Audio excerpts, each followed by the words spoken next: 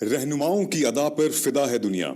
इस बहकती हुई इस बहकती हुई दुनिया को संभालो यारों। कौन कहता है कि आसमां में सुराख हो नहीं सकता। एक पत्थर तो तबीयत से उछालो यारों। और वो पत्थर जिसका जिक्र मैं कर रहा हूं, वो आपके वो motivation, dedication, inspiration, passion, Perseverance, dedication, ये पत्थर होता है। और इस पूरे दुष्यंत कुमार की ये जो चार लाइनें हैं, इसको सार्थक कर दिया है आरती यादव जी ने। आरती यादव जी जो कि हरियाणा सिविल सर्विसेज में रैंक 25 ले आकर ना तो सिर्फ और सिर्फ अपने माँ बाप का बल्कि पूरे हरियाणा का नाम एक तरीके से रोशन किया है। और मैं रिक्वेस्ट करता हूं कि आरती जी से प्रकट हों। और बहुत बहुत धन्यवाद हमसे जुड़ने के लिए। और ढेर सारी शुभकामनाएं आपको। Thank you sir, thanks a lot. Great. मतलब आपको मैं बिल्कुल महसूस कर सकता हूँ यहाँ पे आरती की रिजल्ट के एक दिन पहले की आरती और रिजल्ट के एक दिन बाद की आरती में क्या फर्क है? सर मेरे साथ ऐसा हुआ कि मेरा इंटरव्यू 5th फेब को था। जी। तो 5th फेब को मैं इंटरव्यू दे के पंचकुला से वापस आ रही थी अपने घर। तो मेरा घर रेवाड़ी में है। तो it was a long journey around 5 to 6 hours. So मैं घर पहुंची भी नहीं थी, उससे पहले ही रिजल्ट फाइनल मार्क्स आउट हो गए थे। क्या बात। And I check my marks and I calculated that what rank would I be allocated. And it was like कि अभी मैं सुबह जब अपने घर से निकली, I was an ordinary person without any right. rank, without any service, and now I'm having my dream job. So that was a very, very great feeling.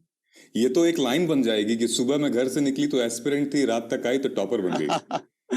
Yes, sir. क्योंकि लास्ट डे ही मेरा interview था, तो it was quite like I haven't imagine such thing that मैं जिस दिन मैं interview देके वापस आऊंगी, उसी दिन ही रिजल्ट आ जाएगा, फाइनल मार्क्स आ जाएंगे। क्योंकि बहुत डिफरेंस था सुबह के आरती में और रात वाली आरती में, जैसा कि राइट, आपने राइट। बोला। अच्छा, आपने ये रिजल्ट क्या कंट्रोल एफ करके किया था या फिर ऊपर से देख रहे थे इसे? पहले मुझे एक नोटिफिकेशन आई थी कि HCS final marks are out. So I was अच्छा। लाइक इतनी जल्दी तो नहीं आ सकता कुछ, या तो ऐसे ही होगा। फिर मैंने खोल के देखा तो आई वाज लाइक यस, ये आ गया है। So then I was like going down and down, क्योंकि मेरा रोल नंबर सबसे लास्ट में था, मेरा इंटरव्यू लास्ट दिन था। तो मैंने सर्च नहीं किया, मैं धीरे-धीरे बच्चों के मार्क्स देखती जा रही थी कि अच्छा इतने आए हैं, 350 आए हुए हैं, 370 भी आए हुए हैं, 390 भी आए हुए हैं। तो मैं नीचे जाती जा रही थी कि पता नहीं मेरे कितने होंगे, क्योंकि मेंस में आप बहुत अनप्रेडिक्टेबल है, आप नहीं गेस कर सकते कि कितने आए होंगे। राइट। तो फिर जैसे ही मैंने अपने मार्क्स तक पहुंची, मैंने देखा 378 मार्क्स है मेरे। सो आई वाज ओके। लाइक हाँ, बहुत बहुत टॉप मार्क्स भी नहीं है, लेकिन इतने बुरे भी नहीं है जितने मैंने देखा कि और बच्चों के भी हैं। जी। So then I started counting the number of students जिनके मार्क्स मुझसे ज्यादा थे। राइट। तो मुझे लगा कि हाँ, जो मुझे चाहिए वो मुझे मिल जाएगा इन मार्क्स में। Great. Well, thank you so much for sharing these insights. Aspirants को ना ये छोटी मोटी जो निटी ग्रिटीज हैं, बड़ी ज़रूरत होता है उनको जानना।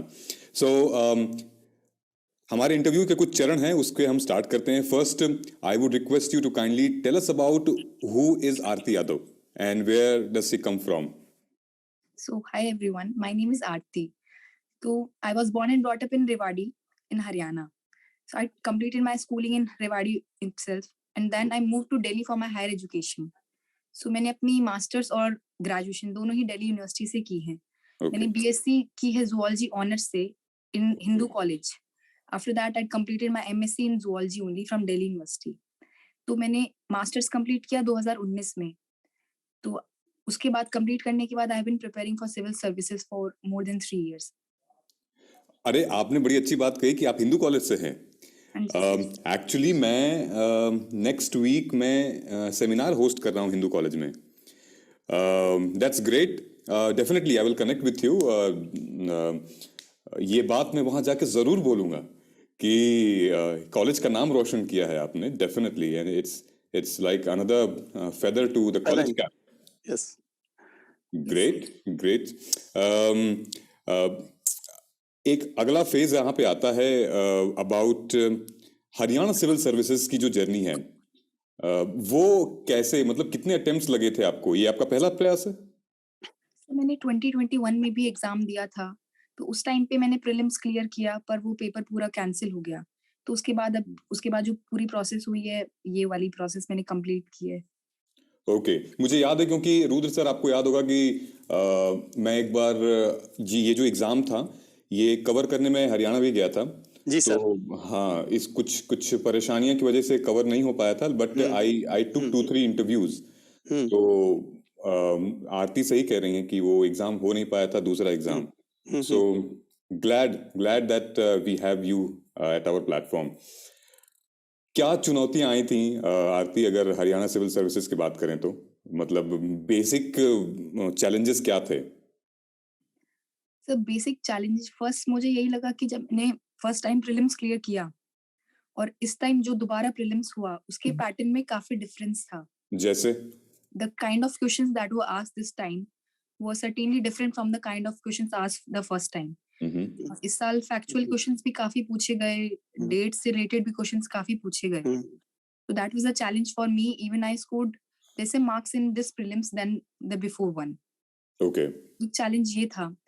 उसके बाद सर दूसरा चैलेंज मुझे यही लगा कि अभी भी लास्ट मोमेंट तक अनप्रिडिक्टेबल था कि कोर्ट केस कुछ चल रहा था, प्रोसेस आगे बढ़ेगी नहीं बढ़ेगी, कहीं फिर से कैंसिल ना हो जाए, और ये सब जो राइट। चैलेंजेस होते हैं ये थे। उसके अलावा एज सच मुझे कोई चैलेंजेस फेस नहीं हुए सर। राइट। यहाँ पे एक बात मैं अपने स्टूडेंट्स के साथ एज व्यूवर के साथ रखना चाहता हूँ कि ये जो पढ़ाई का सिलसिला है जो आरती मैडम का है, उसमें एक और धागा जुड़ा हुआ है यूपीएससी का। यूपीएससी की पढ़ाई इतनी इतनी वास्ट पढ़ाई है, मुझे लगता है कि सारे स्टेट्स की छोटी मोटी तैयारी हो जाती है उसमें। तो मैं एक बार रिक्वेस्ट करता हूँ रुद्र सर से कि रुद्र सर आप इस वाले सेगमेंट से एक मैम से क्या आप क्वेश्चंस करना चाहते हैं, पुट करना चाहते हैं स्टूडेंट्स के लिए कि यूपीएससी और हरियाणा पीसीएस के लिए? जी देखिए, बहुत बहुत पहले, सबसे पहले तो बहुत बहुत बधाइयां आरती यादव आपको। और एक बहुत इंपॉर्टेंट क्वेश्चन हमेशा एक जहन में रहता है स्टूडेंट्स के, क्योंकि जो भी एस्पिरेंट्स है, आप भी हैं और मैंने रैंक 1 के भी इंटरव्यू लिए हैं, तो एक कॉमन चीज आप में ये है कि दोनों ही आप लोग मेंस को क्वालिफाई कर चुके हैं यूपीएससी का, और आपका इंटरव्यू है यूपीएससी का। तो स्टूडेंट्स के जहन में ये प्रश्न होता है कि भाई क्या यूपीएससी की प्रिपरेशन करते करते क्या स्टेट सिविल सर्विसेज की भी तैयारी कर सकते हैं क्या? और आप दोनों ने तो ये करके दिखाया है। तो आप इन दोनों एग्जाम्स को कैसे बैलेंस करते हैं? और कभी कभार तो ऐसा होता है एग्जाम डेट्स भी काफी हद तक क्लोज और क्लैश करती हैं, तो बैलेंसिंग अप्रोच क्या है आपकी? प्लीज इसके बारे में थोड़ा स्टूडेंट्स को गाइड करें। स्टार्टिंग से मेरी अप्रोच यूपीएससी के लिए ही रही थी, क्योंकि हरियाणा सिविल सर्विसेज का एग्जाम बहुत ही अनसर्टेन है, बहुत सालों में 4-5 सालों में एक बार होता है। तो मैंने कभी ये नहीं सोचा था कि मैं सिर्फ एचसीएस के लिए प्रिपेयर करूंगी। तो यूपीएससी के लिए प्रिपेयर करते करते जब एचसीएस की नोटिफिकेशन आई, तो मैंने पेपर के पैटर्न को, सिलेबस वगैरह को देखा, तो ऑलमोस्ट सब कुछ सेम था। एक चीज जो डिफरेंट थी वो सिर्फ हरियाणा जीके थी, वो भी केवल प्रीलिम्स तक ही सीमित थी। तो मुझे लगा मेरी यूपीएससी की तैयारी ने मुझे काफी बहुत ही हेल्प किया, सपोर्ट किया इन क्लियरिंग एचसीएस, क्योंकि जहाँ थोड़ा-सा मुझे कुछ नया पढ़ना पड़ा वो थी हरियाणा जीके, और उसमें भी मुझे इतनी प्रॉब्लम नहीं लगी क्योंकि वो मेरा अपना स्टेट था, तो मैंने इंटरेस्ट लेके उस चीज को पढ़ा। जी। मेरा मतलब यही था कि बिल्कुल सही बोल रहे हैं आप कि हरियाणा जीके से केवल 3 प्रश्न आए थे प्रीलिम्स में, बस 100 में से। और आपने एक और बात बिल्कुल बखूबी बताई कि 2018 के बाद 2021 में एडवर्टाइजमेंट आया है। और एस्पिरेंट्स को मैं बता दूं, जो भी मुझे सुन रहे हैं, सिद्धार्थ सर को सुन रहे हैं, आरती जी को सुन रहे हैं, एग्जाम फिर से आ चुका है आपका, और 2023 का भी नोटिफिकेशन जारी हो चुका है। तो आप लोग भी क्या है, अपनी तैयारी में अब जुड़ जाइए, क्योंकि 6 महीने का समय, और इसीलिए हम लोग इस प्रकार से आप मोटिवेट होइए, है ना। तो आपका एग्जाम जो है बिल्कुल ऑन टाइम होने वाला है। तो बिल्कुल आरती जी ने बहुत ही सही बात कही है कि वो बैलेंस कर रही है। हरियाणा जीके जो है वो आसानी से, वो क्योंकि उनका होम स्टेट था। जी सर।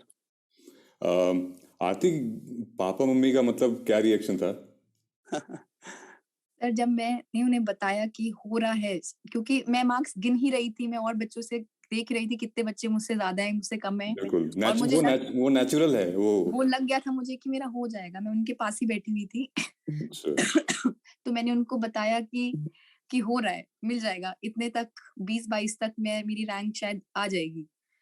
तो एक बार वो बोले श्योर श्योर, मैंने कहा हाँ। फिर उसके बाद बहुत बढ़िया, बस बहुत बढ़िया, एक ही लाइन, मेरे पापा तो यहीं तक कि बहुत बढ़िया बेटा, बहुत बढ़िया, बहुत ही अच्छा हो गया, ये तो बहुत ही अच्छा हो गया। मतलब 2-4 मिनट तक तो वो बस यही लाइन रिपीट करते रहे कि क्योंकि वो भी बहुत बहुत शॉक्ड थे क्योंकि मैं उसी जी, दिन इंटरव्यू दे के आ रही हूँ, मैं उन्हीं के साथ घर आई हूँ। जी, तो वो मुझे रास्ते में ही कहते आ रहे थे कि अब 2-3 दिन तू रिलैक्स कर, एन्जॉय कर, फिर अपने आगे तैयारी करियो। ठीक है, अब ये जैसा हुआ है, अच्छा हुआ है, तू अपना 2-3 दिन रिलैक्स कर और ये सब हम ये सब बातें करते हुए आ रहे हैं कि हाँ, ठीक है, अब देखते हैं, वेट करते हैं कब तक आएगा। और फिर हम वहीं बैठे हुए थे और मतलब मैं उनके फेस पे वो पीस और वो एक्साइटमेंट महसूस कर पा रही थी क्योंकि मेरे साथ वो भी तैयारी कर ही रहे हैं एक तरह से, क्योंकि 3 साल से मैं घर ही हूँ, मैं घर पे रह के ही तैयारी कर रही हूँ। तो उन्होंने वो सब चीज़ें देखी हैं मेरी, स्ट्रगल्स भी देखे हैं, मैं जब सैड होती थी या मैं वीक फील करती थी, तो उन्होंने वो स्टेजेस भी देखी हैं। एग्ज़ाम्स में मेरे साथ वो रहे हैं, मुझे पैनिक होते देखा उन्होंने, तो वो ऐसा नहीं कि सिर्फ़ मेरा एग्ज़ाम था, वो उनका भी एक तरह से एग्ज़ाम था। तो बहुत ही खुश हुए हैं, बिल्कुल। दोनों बहुत ही खुश हुए हैं। बिल्कुल वो एक एक जंग हम एस्पिरेंट लड़ते हैं और एक जंग हमारे माँ बाप भी लड़ते हैं। ये तो बहुत जायज़ है, बहुत जायज़ है। आपके पेरेंट्स में से कई दफ़ा होता है कि इमोशनल सपोर्ट मिलता है, एक साइकोलॉजिकल सपोर्ट मिलता है। तो किस तरह का सपोर्ट आपको पापा से मिला और मम्मी से मिला? सिर्फ़ मेरे पापा की तरफ से वो इतना इतना ज़्यादा वो एक्सप्रेस नहीं करते हैं यूजुअली।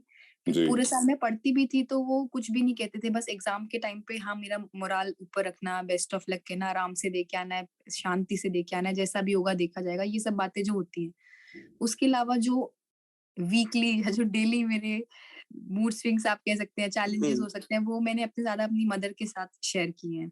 जी, तो उनकी इस वे में इमोशनल सपोर्ट बहुत ज़्यादा रही है मुझे। राइट। मतलब ये कुछ ऐसे एरियाज हैं, I think we need to talk about these things more. Support बहुत इम्पोर्टेंट है। आपको क्या यस लगता है आरती कि पेरेंट्स की support, right? Sir, definitely parents की सपोर्ट, फ्रेंड्स की सपोर्ट या आपके सिबलिंग्स की सपोर्ट, जहाँ भी आपको फील हो कि आप अपने फीलिंग्स को एक्सप्रेस कर सकते हैं, अपनी प्रॉब्लम्स को शेयर कर सकते हैं। ऐसे 1, 2, 3 लोग आपकी लाइफ में हमेशा होने चाहिए, क्योंकि ये इससे आपकी प्रिपरेशन काफ़ी बेटर हो जाती है। मैंने कई बार खुद फील किया कि बाय चांस मैं 2-3 दिन से नहीं अच्छे से पढ़ पा रही हूँ और एक दिन मैंने किसी से बात कर ली उस बारे में, अपने फ्रेंड से, अपनी मदर से, अपनी सिस्टर से, किसी से भी। तो वो काफ़ी मैं मतलब ऐसा भी हुआ है कि मैं आधे घंटे पहले का मेरा स्टेट ऑफ माइंड और आधे घंटे बाद का कंप्लीटली चेंज हुआ मैंने देखा है, कि उनसे बात करने से पहले का मेरा स्टेट ऑफ माइंड और उनसे बात करने के बाद का मेरा स्टेट ऑफ माइंड। तो काफ़ी फ़र्क पड़ता है सर इमोशनल सपोर्ट का। डेफिनेटली। रुद्र सर, जो जिसके बारे में मैं जिक्र करता हूँ हमेशा, मन की हाँ, शक्ति ज्यादा इंपॉर्टेंट है तन की शक्ति के यस साथ। सर, यस सर, सर आप विल पावर। कुछ क्योंकि आप हरियाणा में थोड़े से चर्चित चेहरे हैं, बच्चों को काफी आप पढ़ाते हैं, बच्चे बहुत जानते हैं आपको। जी कुछ सर। ऐसे ऐसे सवाल जिससे आरती मैडम जवाब दें और बच्चों को थोड़ा सा नॉलेज नॉलेज मिले, चाहे रिवीजन नॉलेज, से हो, एज यस सच कोई ऐसा एरिया। सर, बिल्कुल। मैंने ना डेलिबरेटली कि स्टूडेंट्स एनलाइटेंड हों और उनको इस पूरे एग्जाम के स्टेजेस भी क्लियर हो सके, और एक्चुअल में टॉपर खुद बताते हैं तो स्टूडेंट जो वाकई में इंस्पायर होते हैं। तो इसीलिए कुछ ऐसे ही प्रश्न में मैं लगातार प्रश्नों को पूछ लेता हूं। जैसे एक एक क्वेश्चन है मेरे मेरे मन में स्टूडेंट्स की तरफ से, ये कि स्टूडेंट्स के मन में ये होता है कि आपने ना अपनी प्रिपरेशन शायद 12th से स्टार्ट कर दी होगी, ग्रेजुएशन लेवल से स्टार्ट कर देते हैं। तो बेसिकली आपने कब से स्टार्ट की और क्या जरूरी है क्या कि बहुत पहले से प्रिपरेशन स्टार्ट कर देना? इस प्रश्न पर क्या कहेंगे आप? सर मैंने पर्सनली अपनी प्रिपरेशन ढंग से मैं कहूँगी 2020 में स्टार्ट की थी। हम्म, 2020 में मैं स्टार्ट हुई थी ढंग से पढ़ना, फिर कोविड आ गया तो मैं तब दिल्ली थी, तब कोविड आया, फिर मैं घर आई और हम्म, उसके बाद से मैं घर पे ही हूँ। 2020 से पहले मैं कहूँगी कि ऐसा नहीं था कि मैंने कुछ भी नहीं पढ़ा था या मुझे कुछ पता नहीं था। वो उससे पहले का 1 साल मैंने एग्ज़ाम को समझने में, सिलेबस को समझने में थोड़ा लगाया। जैसे मैं न्यूज़पेपर पढ़ना मैंने स्टार्ट कर दिया था या मैंने अपनी मास्टर्स के टाइम पे क्लासेस खत्म होने के बाद 1 घंटा, 2 घंटा, 4 घंटा जितना भी मुझे मिल पाया मैं लाइब्रेरी जाने लग गई थी। कि थोड़ी मेरी सिटिंग बने और मैं हैबिचुअल हूँ कि मैं दिन में 6 हम्म, घंटे, 7 घंटे, 10 घंटे पढ़ पाऊँ। तो ये 2 चीज़ें थी जो मैंने प्रॉपर तैयारी से पहले की थी। एक न्यूज़पेपर थोड़ा पढ़ने की हैबिट और एक एग्ज़ाम को जानना। हम्म, तो और उसके बाद से 2020 से तो मैं अच्छे से तैयारी कर ही रही हूँ सर। जी, जी, लेकिन मुझे नहीं लगता कि 12th से ही आप इतना बड़ा बर्डन अपने सर पे लो, यस, क्योंकि right. That is a very tender as. 16 या 17 इयर्स के आप होते हो और अभी आपको लाइफ में बहुत ज़्यादा सीखना, बहुत कुछ देखना बाकी होता है। और आप उस एज में इतना बड़ा चैलेंज अपने आप को दे दोगे, हम्म। तो मुझे लगता है उससे काफ़ी आपके ऊपर फ़र्क पड़ेगा। बिल्कुल, तो मतलब कुल मिला के एक कंक्लूजन निकाला जा सकता है कि स्टूडेंट है ना, एक बार तो एकदम से जोश में आते, फिर जोश ठंडा पड़ जाता है। बजाय उसके आपकी जो अप्रोच है वो बहुत शानदार रही है, जो मैं देख रहा हूँ कि आपने धीरे-धीरे चीजों को स्ट्रेच किया है और फिर धीरे-धीरे आपने जैसे बोला 4 आवर्स, 6 आवर और आपने स्ट्रेच किया और जैसे-जैसे एग्जाम आता गया आपने उस विंडो को और बढ़ाया। ये अप्रोच जो है वाकई और धीरे-धीरे हैबिट भी बन रही है आपकी और इसीलिए आपका एक अच्छा रिजल्ट भी देखने को मिला। मैं आपसे एक और प्रश्न पूछना चाहता हूँ कि आप जो प्रीलिम्स, मेंस की जो स्टेजेस और इंटरव्यू को, इन तीनों को आपने अपने इस पूरे स्ट्रेटेजी आपकी अप्रोच में कैसे हैंडल किया है? सर, क्योंकि मैंने कोई कोचिंग नहीं ली थी, मैंने हम्म। कोई क्लासेस किसी की जॉइन नहीं की थी, तो ये पूरा सेल्फ स्टडी से ही चल रहा था।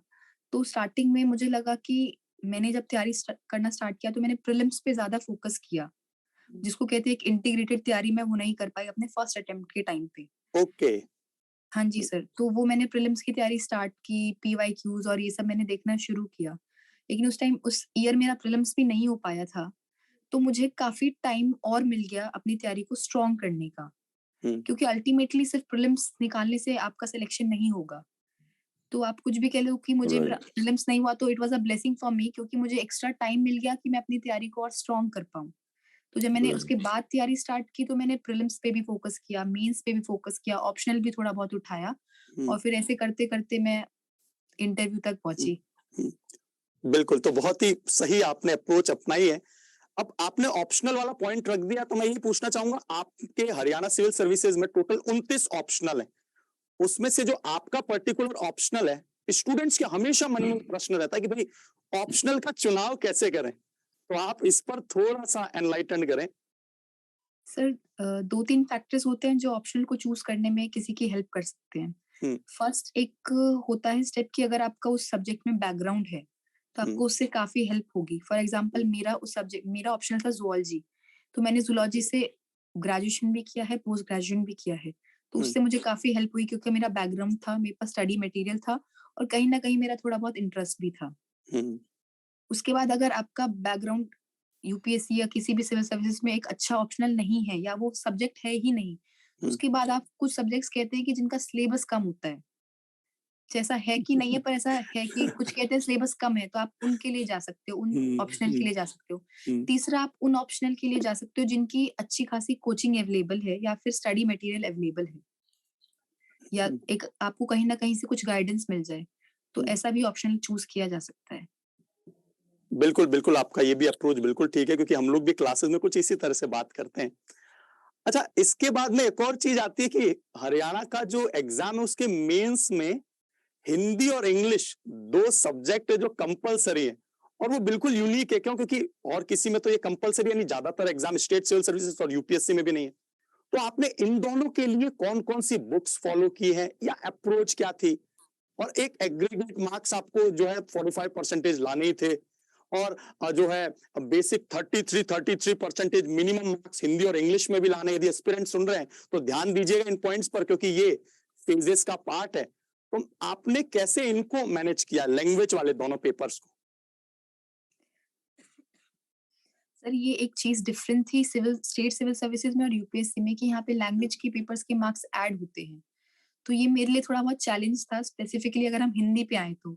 क्योंकि हिंदी से टच बहुत सालों से नहीं है, मैं हिंदी न्यूज़पेपर भी नहीं पढ़ती हूँ, तो मुझे राइट। इसमें थोड़ी बहुत प्रॉब्लम फेस हुई। तो इसके लिए मैंने एक जो चीज़ की वो था, हिंदी न्यूज़पेपर को पढ़ना मैंने स्टार्ट किया। हम्म।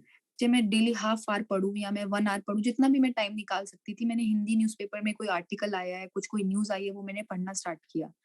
उसके अलावा हिंदी की बहुत सारी अ, मटेरियल अवेलेबल है मार्केट में ऑलरेडी, ग्रामर की बहुत सारी बुक्स हैं, मोटी भी हैं, पतली भी हैं, आप अपने कम्फर्ट के हिसाब से वो किताब खरीद सकते हैं।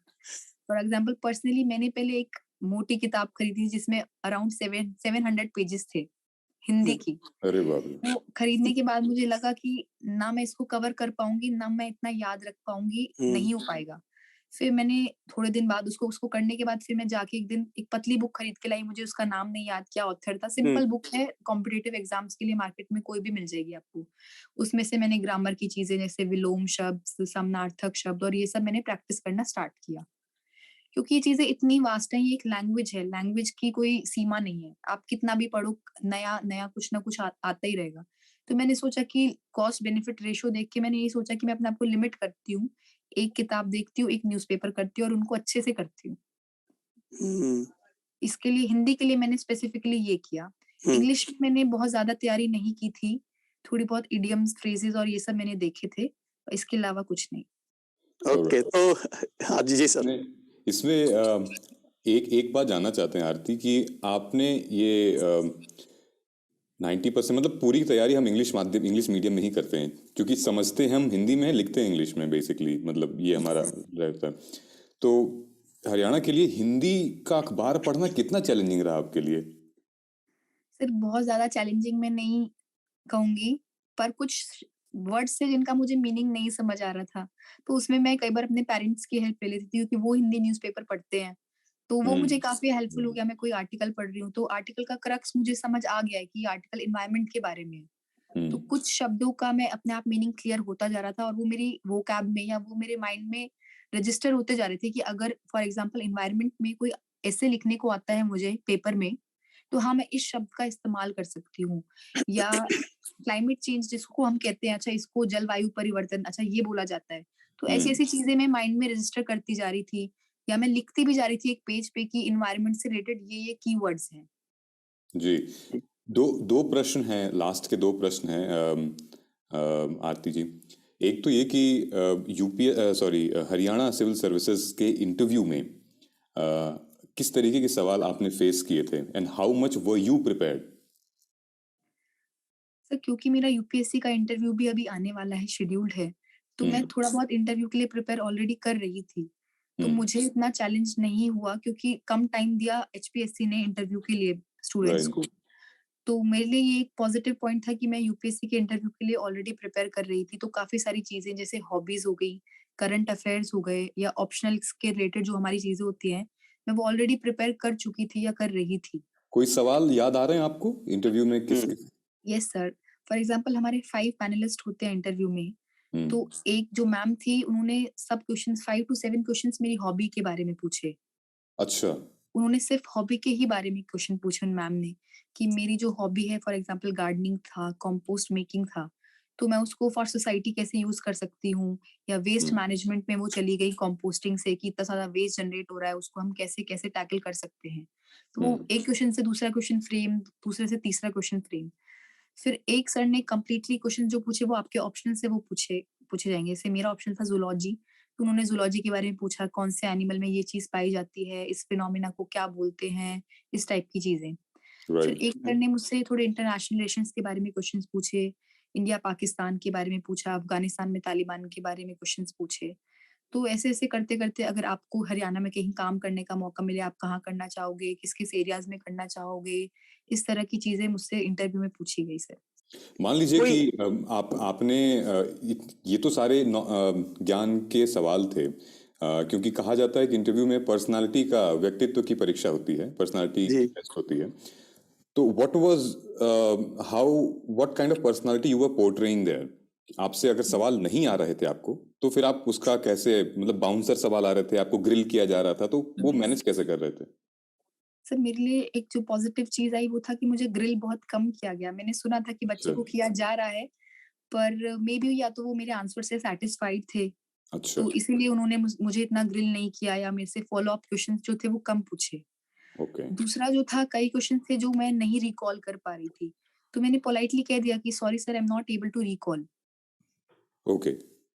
या हम्म, कॉन्फिडेंस से आप बोल दीजिए कि ये क्वेश्चन अभी मुझे नहीं याद आ रहा है या मुझे नहीं पता है, मैंने इस बारे में नहीं पढ़ा है, तो वो भी बहुत सैटिस्फाइड हो जाते हैं कि ठीक है बच्चा ब्लफ नहीं कर रहा है, बच्चा गलत आंसर नहीं दे रहा है, just for the sake of giving an answer. तो वो हम्म। फिर अगले क्वेश्चन पे बढ़ जाते हैं।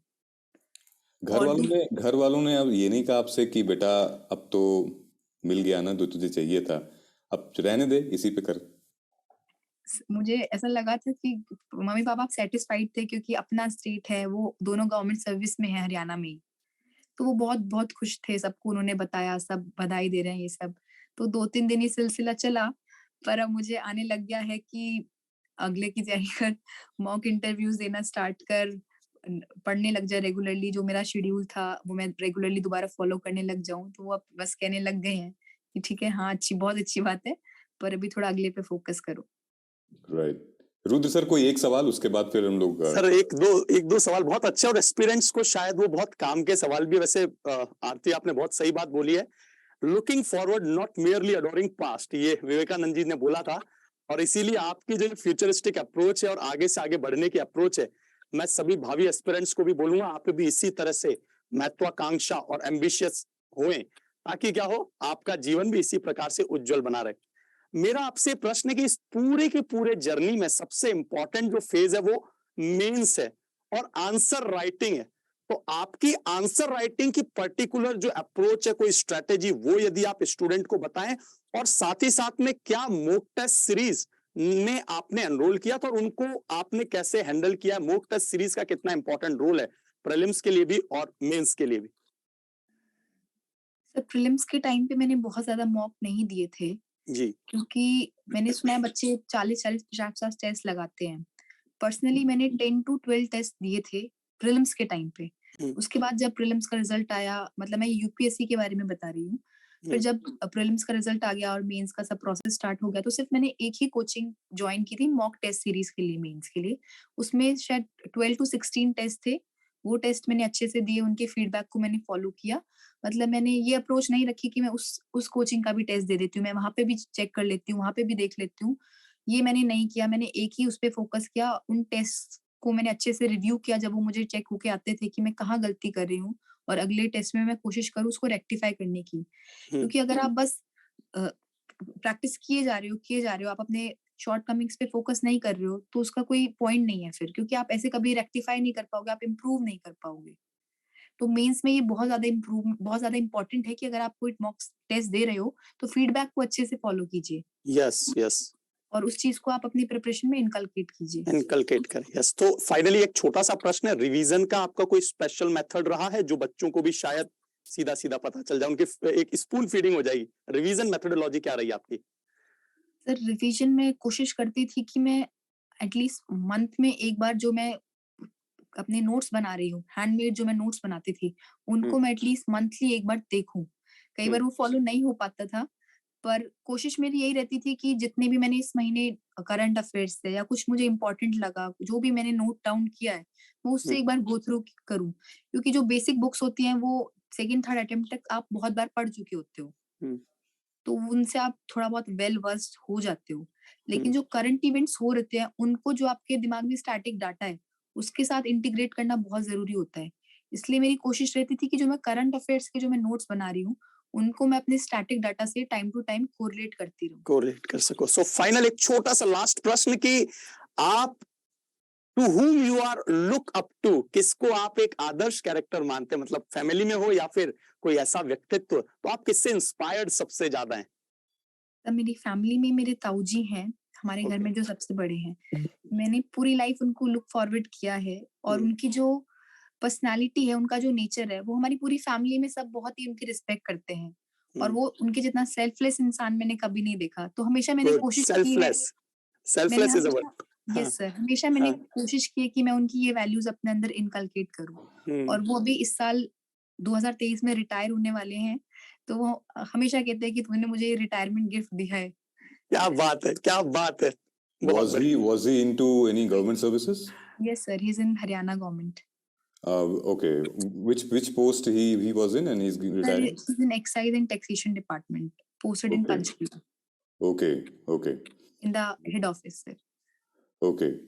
Great. Yes. चलिए, बहुत बहुत शुक्रिया, थैंक यू सो मच। ये बहुत ही अच्छा एक विवेचना हुई है, डिस्कशन हुआ है। Yes sir. And we all wish you, entire Adda family wishing you all the best.